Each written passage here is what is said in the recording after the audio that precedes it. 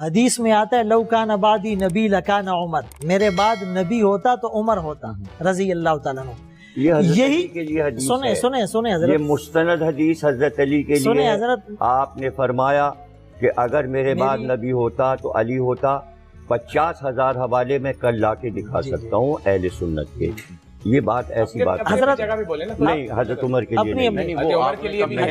میں کمپلیٹ. اچھا، حضرت عمر رضی اللہ تعالیٰ عنہ کے بارے میں جو یہ روایت ہیں تو 50,000 تو خیر نہیں، یہ بھی مبالغہ اور غلو ہے.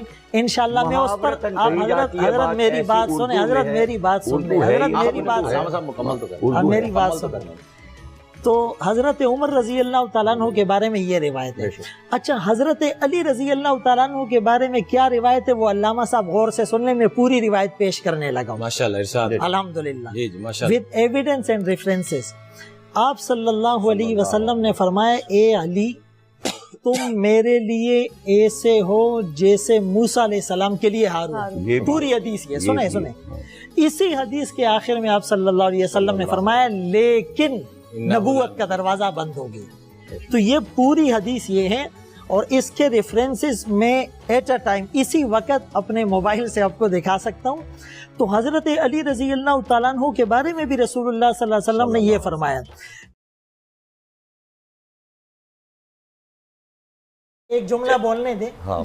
دیکھیں اس دن یہ بات میں کر رہا تھا اور میں نے رسول اللہ صلی اللہ علیہ وسلم کی یہ بات پیش کی لو کان بعدی نبی لکان عمر. یہ دوسری روایت میں ہے لو کان نبی بعدی لکان عمر. تو میری اس بات پر فوراً انہوں نے قطع کلامی کی اور مجھے کہا یہ حدیث حضرت عمر کے بارے میں نہیں ہے، یہ حضرت علی رضی اللہ تعالیٰ عنہ کے بارے میں ہے اور میں 50,000 حوالے لا سکتا ہوں. جی بالکل ایسے کہا تھا. یہ الفاظ تھے. میں نے ان کو وہ حدیث عربی میں سنائی، اس کے حوالے مسند احمد کے حدیث کی کتابوں کے میرے پاس ابھی جیب میں موجود ہیں. یہ تمام علماء گواہی دیں گے یہ حدیث مستند ہے.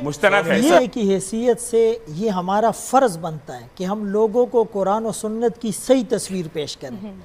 ایک بات تو میں یہ عرض کروں گا کہ علامہ صاحب نے مسلسل دوسری دفعہ اپنے پروگرام میں کہا کہ علماء قرآن کی آیات پیش کرے، احادیث پیش کریں.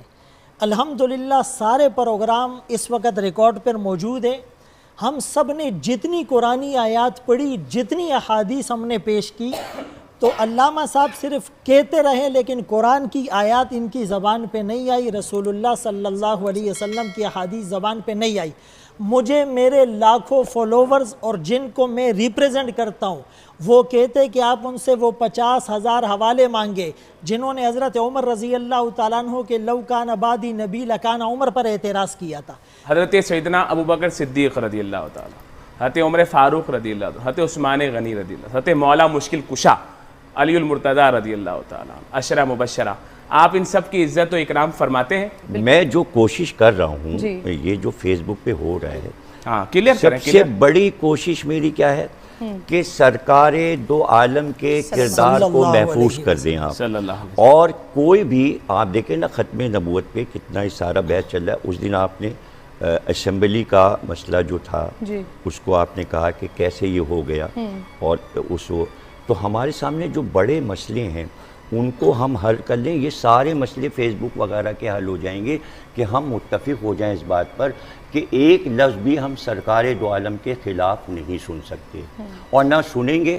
اور زیادہ سے زیادہ ہمیں سرکار کی سیرت کو بیان کرنا چاہیے، نہ سرکار کے خلاف نہ سرکار کے آس ابھی جو ہم بات کر رہے ہیں وہ تو پورا خاندان. ایک منٹ، تمام 25,000 صحابہ، یہ تو بولی بات ہو گئی ہے جو ہیں ہمارے لیے. سرکار صحابہ کا مطلب کیا ہے؟ 25,000 سرکار صحابہ ہیں اور ان کے تمام جان دینے والے 1.25 لاکھ صحابہ. یا مجھے موقع دے دے، ٹائم نکل جائے گا.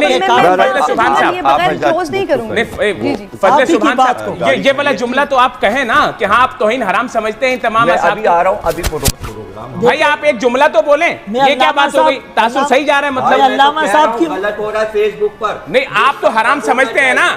آپ حرام سمجھتے ہیں؟ میں یہ سب بند کراؤں گا، درخواست دی ہوئی ہے۔ ارے آپ اپنا تو بتائیے، درخواست تو بعد میں دیں۔ آپ حرام سمجھتے ہیں ابو بکر صدیق کی توہین کو؟ میں تو کہہ رہا ہوں کہ اخلاق سے گری کوئی بات نہ ہونی چاہیے۔ ابو بکر صدیق کی توہین کیا ہے؟ صحابہ، ارے آپ حضرت ابو بکر صدیق کی توہین کیا ہے وہ بتائیے۔ میں نے تو کوئی نہیں کی آپ بتائیے حرام ہے کہ نہیں؟ بھائی، سب حرام ہے۔ حرام ہے نا، یہی تو بول رہا ہوں۔ اما عائشہ صدیقہ کی توہین حرام ہے، اور یہی بات ہاں یہی بول رہا ہوں۔ قابل احترام ہے، ہاں قابل احترام ہے، یہی تو میں آپ کو بول رہا ہوں۔ الحمدللہ اب ٹھیک ہو گئی بات، بھی علامہ صاحب نے یہ بات کی، جزاک اللہ علامہ صاحب۔ تمام بیویاں قابل احترام ہیں، بالکل صحیح ہے، خوبصورت بات۔ اور سارے اصحاب قابل احترام ہیں۔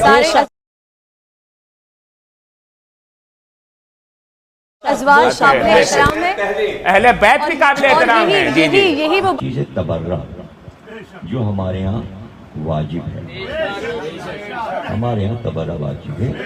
ایک ہے گالی بکنا، ایک ہے تبرع۔ تبرع کے معنی گالی بکنا نہیں، تبرع کے معنی ہے ہم نے دوری اختیار کر لی۔ ہم دوری ہے کہ اگر ان کا ذکر ہوگا ہم اٹھ کے چلے جائیں گے۔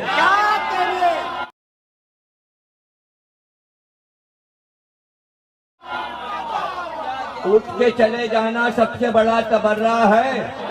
پاکستان کو میں نے دکھایا بول ٹی وی پہ کہ جہاں یہ نام لیے جائیں گے میں تبرع کر رہا ہوں، اٹھ کے جا رہا ہوں۔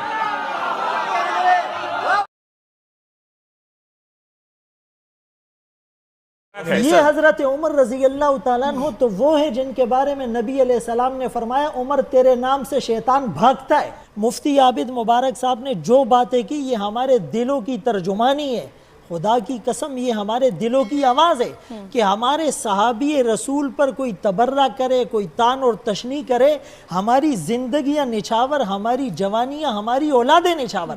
اور آپ کو بہن عورت ہونے کے ناطے میں سلام پیش کرتا ہوں کہ آپ نے اتنی جرأت کا مظاہرہ کیا اور اس سیگمنٹ پر اس اہم ایشو کو اٹھائے۔ خدا کی قسم ہمارے لیے میڈیا، حکومت، فورسز، دنیا کے سارے عہدے ہمارے لیے پاؤں کے نوک پر اور جوتوں کی نوک پر، ہم رسول اللہ اور صحابہ کی تقدیس پر کبھی کمپرومائز نہیں کریں گے۔ جو رسول اللہ صلی اللہ علیہ وسلم کی ختم نبوت کا منکر ہو، جو صدیق اکبر، فاروق اعظم، عثمان غنی، حیدر کرار اور اسی طرح امیر معاویہ رضی اللہ تعالیٰ کسی کی بھی شان میں گستاخی کریں گے وہ خود اپنے آپ کو دائرہ اسلام سے نکال رہے ہیں۔